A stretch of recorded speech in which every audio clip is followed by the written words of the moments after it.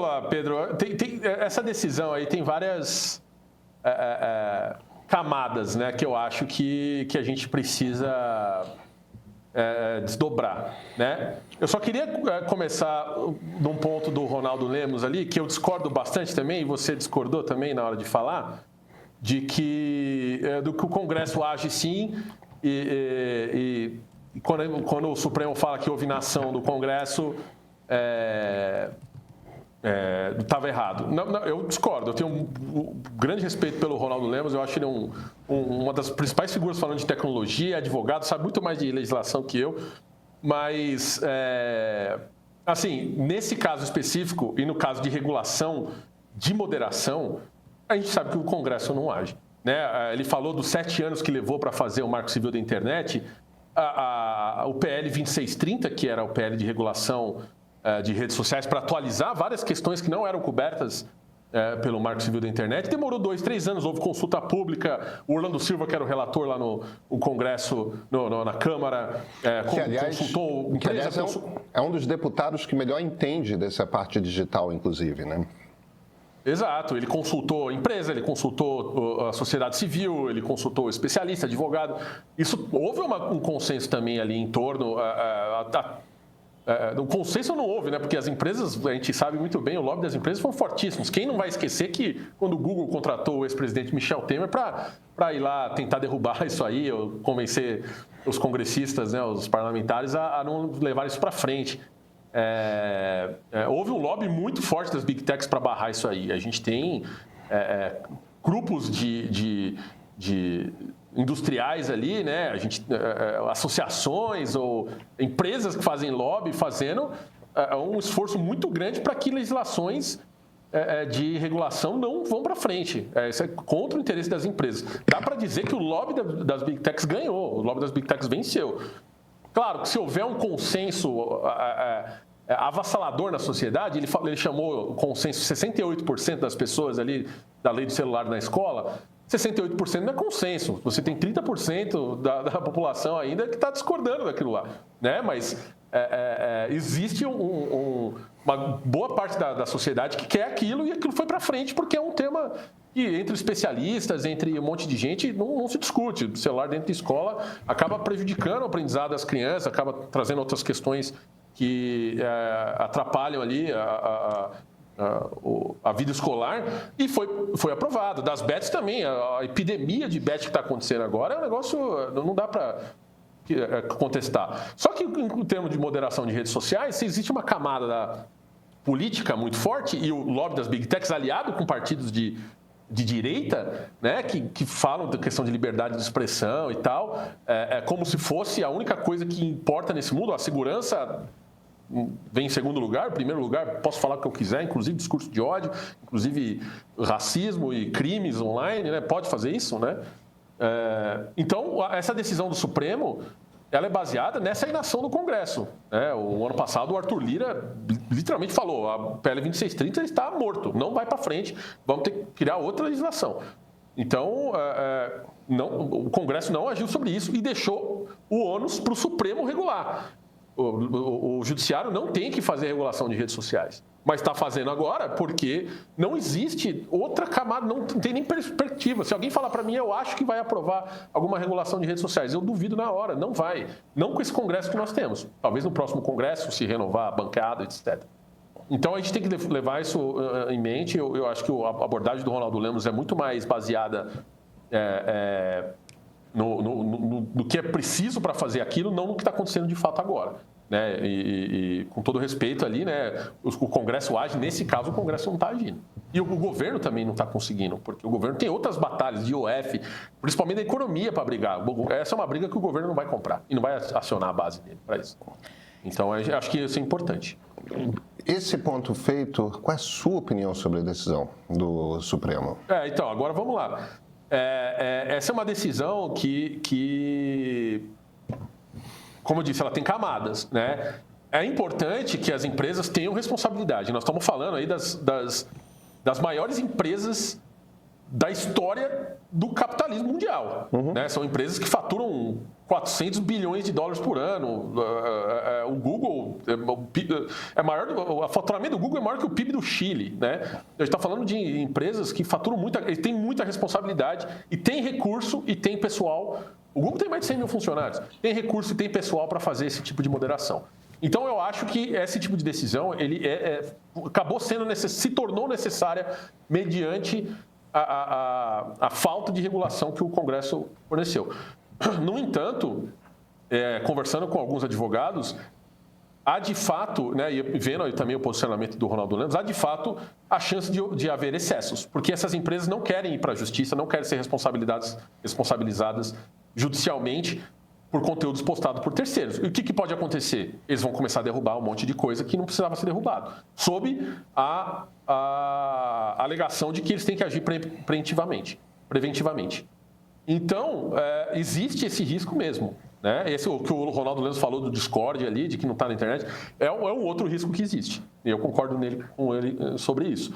Então, tem várias camadas que a gente vai ter que saber. É muito recente, eu não sei qual o efeito que isso vai ter, mas teria sido melhor para as Big Techs fazer um lobby por alguma regulação do que por nenhuma regulação como eles quiseram. Então, agora, eu não sei o que vai acontecer com eles, mas, assim, ninguém está chorando pelas Big Techs e os bilhões de dólares que eles têm lá e todo o poder que eles têm, né? Eles vão ter que se virar. Um dos pontos que me preocupa é esse que o Ronaldo chamou a atenção, que a decisão do Supremo não é só sobre as Big Techs, né? É sobre a internet inteira. Quer dizer, a gente de fato tem, cara, Meta, Google, Apple, Microsoft, essas empresas gigantes, construindo as plataformas físicas ou de software através das quais a gente usa a internet, né? A Apple e Microsoft. A outra parte produzindo as plataformas dentro, né, dos nossos celulares, dos nossos computadores, tablets, etc. Essas empresas são gigantes. Eu deveria jogar, evidentemente, a Amazon no meio e tudo mais. Agora, todo o resto da internet também, né, que foi abarcado por essa regulamentação, né, ou essa decisão. Não, de fato até porque nós temos fóruns em internet que são muito pequenos. Esses fóruns eu não vou citar nomes aqui, mas são fóruns que destilam muito ódio, inclusive da brasileira que morreu na Indonésia, um tremendo caso muito triste e tal. Tinha gente comemorando em fóruns na internet ontem, fóruns pequenos, e discurso de ódio, tem nazismo, tem imagem de pornografia infantil, é um negócio horroroso.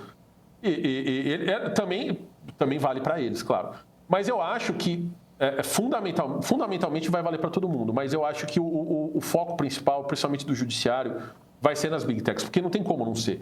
Por mais que a gente tenha o equipe... Você mencionou o Francisco Brito Cruz, né? Ele tem um artigo muito legal na revista Gama, falando de que a internet não são só as Big Techs. E não são, de fato não é. Você tem o Wikipedia, você tem outras... Você tem o núcleo, você tem o site do meio, você tem várias outras coisas que compõem ali, e a gente tem que ficar de olho também da legislação que está valendo agora, no entendimento judicial que está valendo. No entanto, essas empresas que detêm o poder da maior parte da distribuição de conteúdo online, elas têm muito poder. Então, eu acho que boa parte do foco judicial vai ser atribuída a elas. De novo, isso é muito recente, a maioria foi formada ontem. Eu não sei o que vai acontecer. Talvez comece a chover um monte de processo contra organizações menores. É um risco que os magistrados lá correram, né? Os 8 ministros do Supremo assumiram esse risco, mas eu acho que talvez boa parte do ônus tenha sido direcionado para as grandes empresas. E também existe forma de tentar corrigir isso aí, alguma resolução no CNJ. Eu não sei exatamente qual seria o melhor caminho, mas eu não consigo imaginar que um monte de site vai ser fechado aí por notificação extrajudicial, porque agora você tem que agir por notificações extrajudiciais, né? E se não agir, tem toda uma questão legal e tal. Eu acho que isso vai valer muito mais para as Big Techs. Mas a ver, né? Eu estou especulando, né?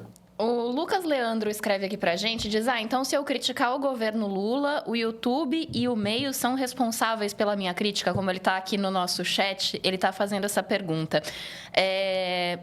É claro que a gente estava falando antes também com o Ronaldo e agora sobre como as Big Techs vão tentar evitar que elas sejam responsabilizadas. Isso pode fazer com que elas tirem mais conteúdos do ar que não deveriam sair, que são críticas, que são argumentos contrários a qualquer pessoa e que não deveriam ser retiradas sumariamente da internet. Elas podem fazer isso para evitar problemas. Agora, como você disse, a gente está falando de empresas muito grandes, com faturamentos enormes, maiores do que o PIB do Chile, como você mencionou, com centenas de milhares de funcionários. Essas empresas não têm condição de encher uma sala de advogados e falar, gente, vamos avaliar o que realmente tem potencial para ser judicializado e para criar um problema para a gente, o que é realmente discurso de ódio e o que não é, e chegar a um consenso sobre isso para não sair tirando qualquer coisa da internet?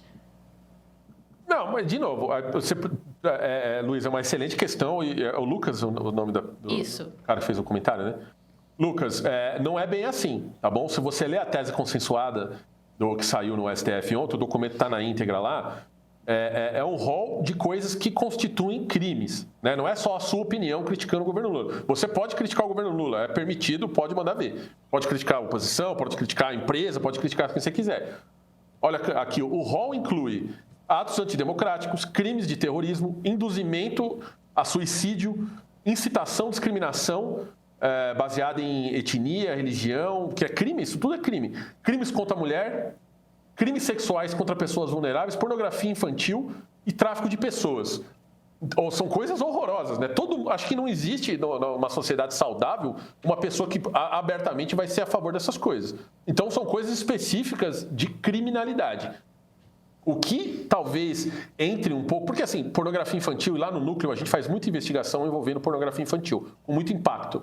A gente tem uma audiência pequena, mas as matérias que a gente faz geram ação das empresas e de governos e tal. A gente faz muita coisa de pornografia infantil. E as empresas agem sobre isso, até preventivamente. Talvez, nesse caso dos itens que eu falei para você, uma coisa seja mais... questionável, né? Que é a questão de atos antidemocráticos. E aí você entra em toda uma questão: o que é um ato antidemocrático? Será que o cara entrar no Congresso e defecar em cima da mesa da Carmen Lúcia é um ato antidemocrático? É isso, né? É terrível. Então, mas será que eu criticar o governo é um ato antidemocrático? Aí já acho que não é. Então, vai cair muito em cima desses itens aí. Em 2018, Jair Bolsonaro, um político abertamente hostil ao regime democrático, chegou aqui, à presidência da República, pelo voto. Ninguém pode ter a ilusão de achar que não há conflito em democracia. Não, os regimes democráticos são muito conflituosos. E 4 anos depois se movimentou para continuar aqui, mesmo não tendo votos para isso. Democracia é um regime intrinsecamente frágil.